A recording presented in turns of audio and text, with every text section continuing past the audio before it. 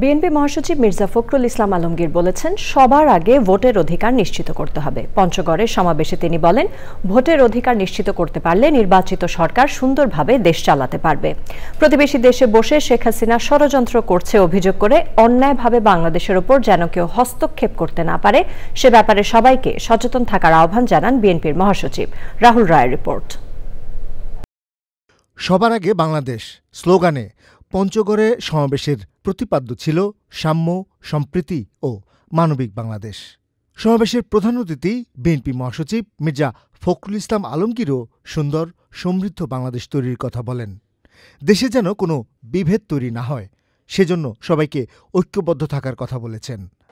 আজকে এই যারা পালিয়ে গেছে, ওই পারে পালিয়ে গিয়ে হাসিনা ওইখান থেকে সে ষড়যন্ত্র করতেছে, চক্রান্ত করতেছে।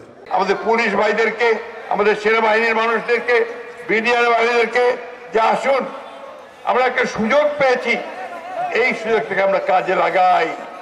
আবার আমরা বাংলাদেশকে সমস্ত বিভেদ বলে ঐক্যবদ্ধ হয়ে গড়ে তুলি, একটা শান্তির দেশ, একটা প্রেমের দেশ, একটা উন্নয়নের দেশ হিসেবে গড়ে তুলি, এবং আমাদের মাথায় যেন কেউ কাঁঠাল ভাঙতে না পারে, তার জন্য আমরা সদা সতর্ক থাকি।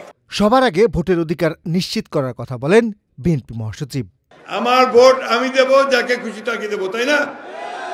এটা বললে আবার কিছু কিছু লোকজন একটু অসন্তুষ্ট হচ্ছে যে খালি ভোটে চাচ্ছেন।